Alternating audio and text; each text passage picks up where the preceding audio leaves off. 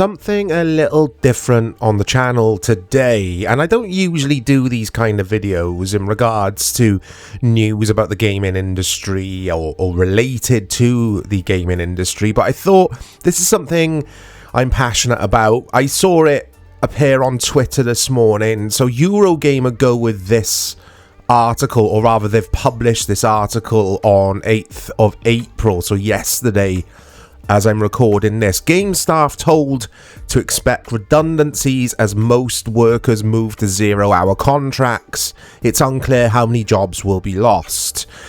Now, before I get into the article, and also big respect to Eurogamer for covering this, because it's unlikely that the general media will even look at this, or you know, we probably won't see anything on the televised news and that kind of thing. We might, but I doubt it. These kind of things usually go under the radar.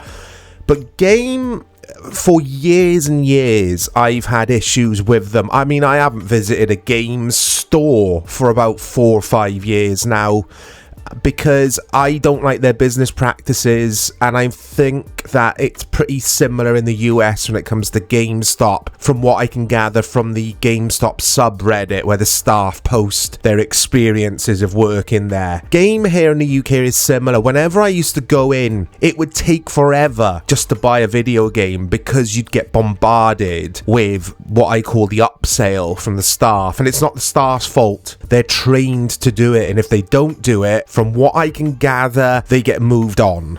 You'd be in there to buy a video game or a console, and you'd end up leaving with insurance on the disc, which is BS, because how often does a disc fail? It installs to the console and then it just kind of just reads it once when you put it in, and just stuff like that, just needless upselling. They clearly, or the management, upper management, clearly had no passion for video games at all. It was just about making money and pushing crap on you that you don't need. So I remember saying to a really arrogant member of staff in one of our game stores, he was the manager there, this guy had an attitude anyway, and I remember him being really rude to my brother, who was a regular in game. He used to give them a lot of money, he doesn't anymore, and he was really rude to him. So I stepped in, and I'm protective of my brother because I'm the older brother, I'm the big brother.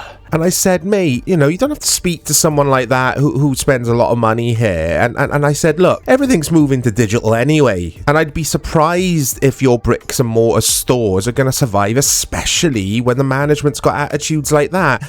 Probably a bit harsh of me to say that, because obviously the other staff heard me. And they're innocent, all this. They're just trying to earn an honest day's living. And generally, they are gamers. And he was like, nah, not a chance. We're in this for the long haul, etc. He's just really arrogant. I just thought, mate, you're just naive, because it was obvious the world was moving to digital and they needed to rebrand their, or not rebrand, but they needed to re-strategize. Is that even a word, re-strategize? But they needed to come up with something, and they just never have. A few weeks ago, or a few months ago as I'm recording this, they scrapped trade-ins, which is bizarre.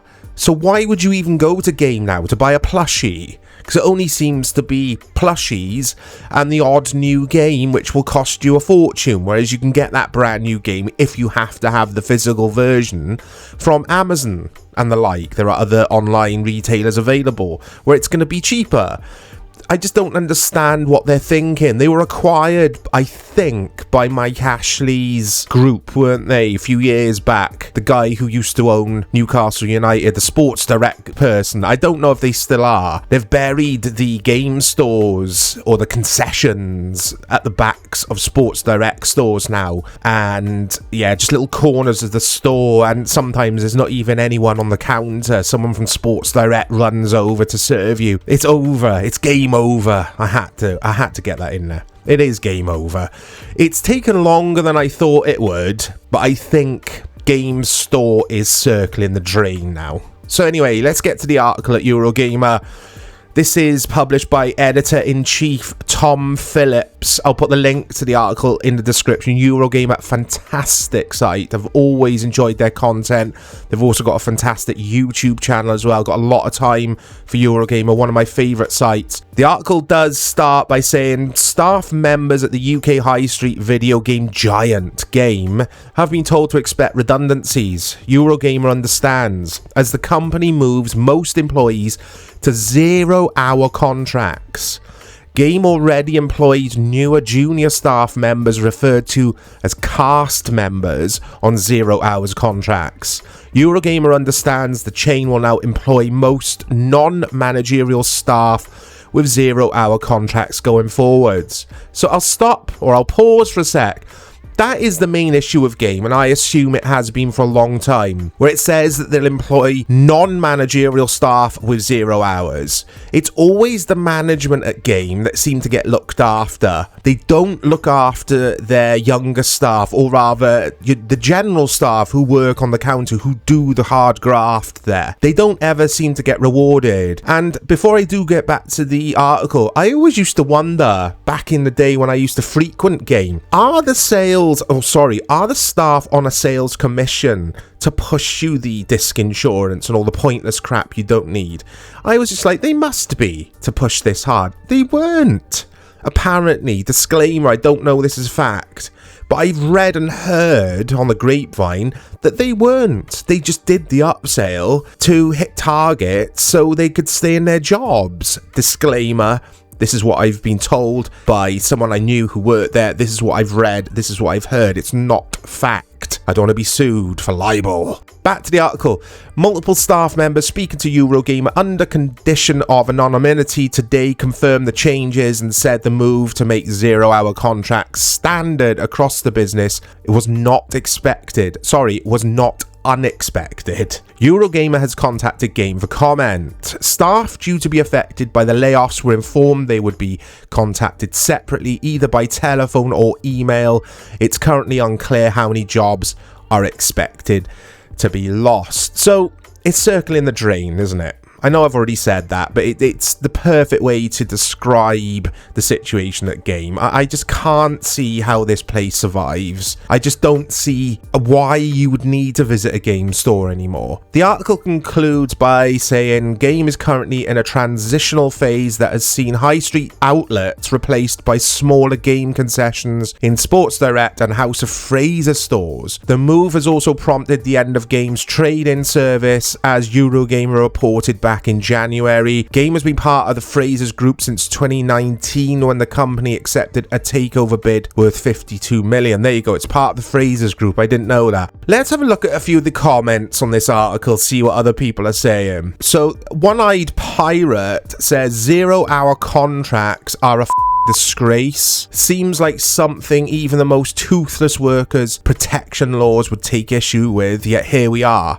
Hackster makes a good point here by saying Game never learned their lesson from the 2012 administration, which saw them bought out. Despite their previous model not working to a point where big publishers were refusing to supply their games. I remember the game manager in my local one telling me that they weren't getting Mass Effect 3 because the launch had been cancelled, yet everywhere else was stocking it. They didn't change a thing when Capita bought them. They spent years trying to delay the inevitable, and while I appreciate that things like pre-owned trade-ins can't work due to the till system in use by Fraser Group, oh, I didn't know that, their entire business model was dysfunctional. I suspect that once the full back-end system integration is complete, even the 0-hour staff will be let go. Game will cease to exist as an entity with a handful of shelves in the corner of the proper stores to raise a few quid on new releases for consoles. That sounds reasonable from Hackster there. I think it will be like when you go into Argos or somewhere like that now, where you get a few of the new releases on display. I say on display, it's just like pictures of them, and then you take the ticket to the counter to pay for it. There's no actual, let's look at the box and look at the back of the box, like in the good old days. Gaming, from a consumer standpoint, has changed, like dramatically changed. PC is entirely digital now. I think Xbox have swiftly eventually moving over. PlayStation definitely will. And Nintendo, it doesn't really matter what they do because they'll just sell their games anyway because people always want Mario and Zelda and the like. So it's over, it's game over, and it's been on the cards for a long time. Yes, the game stores exist, but 0-hour contracts, they're not good. That's not good at all. There's zero job security at game. And if I was working there, this is just my opinion, I would be looking at other stuff. There are far better retail jobs available than game. Get out of there. Again, just my opinion. Let me know your thoughts, guys. Let me know if you still frequent game, or if you, when was the last time you visited a game store? Look out for more content coming to the channel. I'll speak to you all soon.